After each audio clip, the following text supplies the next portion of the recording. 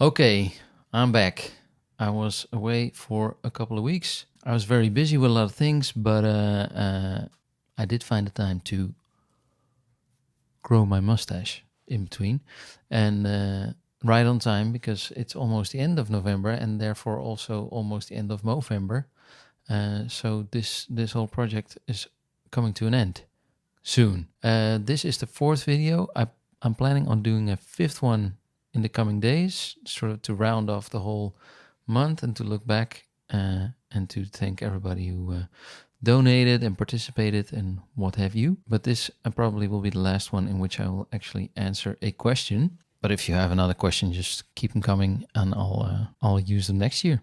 I don't know. And also, if this is the first video you're watching, then maybe go check the first three ones so that you know what I'm actually doing. If you've been here before and you haven't donated yet, but you want to, click on the donate button below. And of course, as always, feel free to share this video as much as you can and as you want. That's even more important than the money. Speaking of money though, I'm almost at the 250 goal I set myself for this Movember. I'm 20 euros short. So, help a brother out.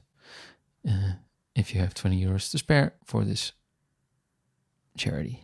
Okay, to the point of these videos in which I wanted to answer some questions from people in my surroundings, people who are watching. I got a couple from a couple coworkers at Roost Games. Thanks again for those. But today I want to answer a couple of questions from my loving partner, Andrieke. Andrieke, thanks for watching and also thanks for asking your questions. These are the questions. She asked me, what is it like to have both an ADHD and a bipolar disorder diagnosis? And as a follow-up question, what has helped you the most in treating these two diagnoses? Okay, so I've been diagnosed with ADHD back in 2020 and with bipolar 2 years later. I'm not sure on the data, but I do believe it's a very common sort of combination. There's also some overlap in the symptoms of both diagnoses, especially people with bipolar disorder when they're in a manic or a hypomanic phase. They often showcase symptoms of ADHD, of being all over the place, of talking really fast about a lot of things, finding it hard to focus,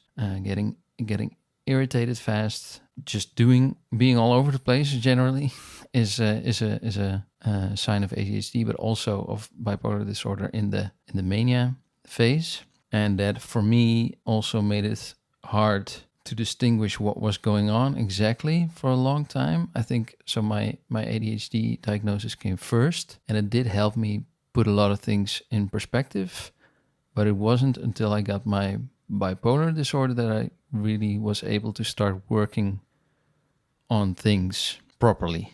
And then I'm also coming to your second question.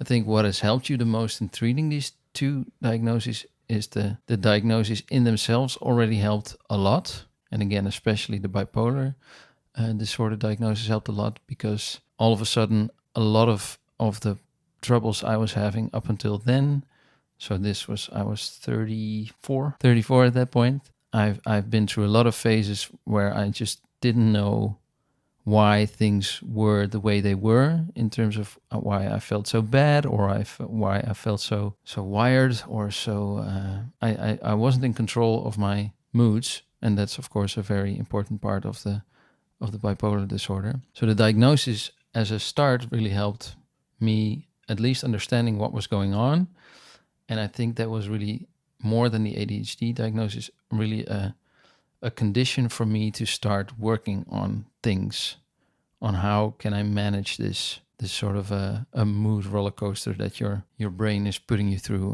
when you have bipolar disorder. So the diagnosis really helped. Medication also really helped, but not on its own. So I take methylphenidate, I think is the correct English term for my ADHD.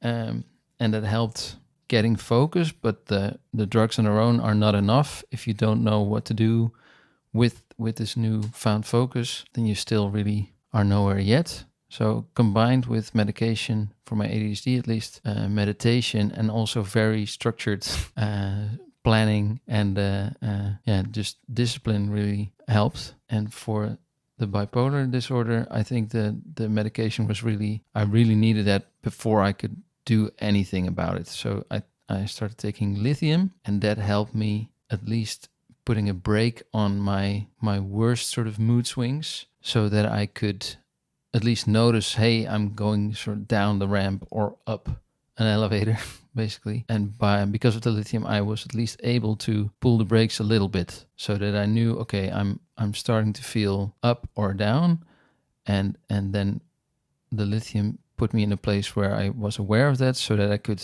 for example, say to myself, okay, let's maybe not drink that second beer today, or let's maybe not work 5 days and evenings in a row when I'm feeling like this, or let's cancel that very busy day that I've planned for this Saturday, for example. And the other way around, when I would notice that I would start feeling down, let's maybe call someone or try to plan a fun activity to do with somebody. And without lithium, I would have just slid into either depression, and that has helped me to a certain point where I could take less and less of the medication and still be able to do that. But I don't think I would have ever been able to learn stuff like that without the medication. So to answer your question, a lot of things have helped, but the medication made me able to actually apply a lot of those tools to get better. Yeah, to a point where now I'm now almost at a point that I don't need the lithium anymore. I'm very glad about that. Hopefully, I will also be at a point that I don't need the ADHD medication at some point anymore, but one step at a time. Yeah, I hope that answered your question. Thanks again for the questions. Also, thanks everyone for watching. Again, don't forget to donate if you want to, but even more important than donating, please, if you have the capability, share this video, share this message, help me get the word out to create awareness on men's health. And I guess that's it for today. Keep those mustaches growing. Thanks again, and see you soon.